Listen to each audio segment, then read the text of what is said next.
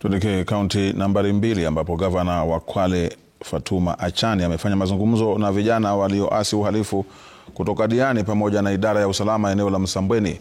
Mkutano huo unajiri wakati vijana kutoka maeneo ya Tiwi, Kombani, Diani, Waa na Ngombeni wamekuwa wakihangaisha watu kwa kuwavamia na kuwaibia. Akizungumza wakati wa mkutano huo katika ukumbi wa mikutano wa Mvindeni huko Ukunda, Achani amewataka vijana wa kaunti ya Kwale kutojihusisha na uhalifu kwani wameathiri pakubwa sekta ya utalii. Tuwe walinzi hawa vijana na sisi wazazi pamoja na security team tuungane tuweze kuilinda Diani yetu na Ukunda. Tusiruhusu mtu mwingine kuja kutuchafulia. Na zile chembe ambazo bado zipo, manake sio sema karifomu, bado kuna wale wengine ambao hawajaona huu mwangaza.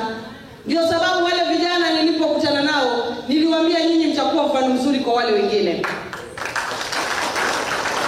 Ili kuwa mfano mzuri, mimi niliwauliza nikawaambia mtu asiwadanganye, nikisema nitawaajiri kazi hapa atakuwa na wadanganya, kwa sababu nafasi za ajira mpaka zitokezee. Na sasa hivi county government vile ilivyo, pengine kama itaajiri pengine ni baadaye, hizi nafasi ndogo za kufagia za wastani. Kwa sasa hivi hizo nafasi zote zimejaa.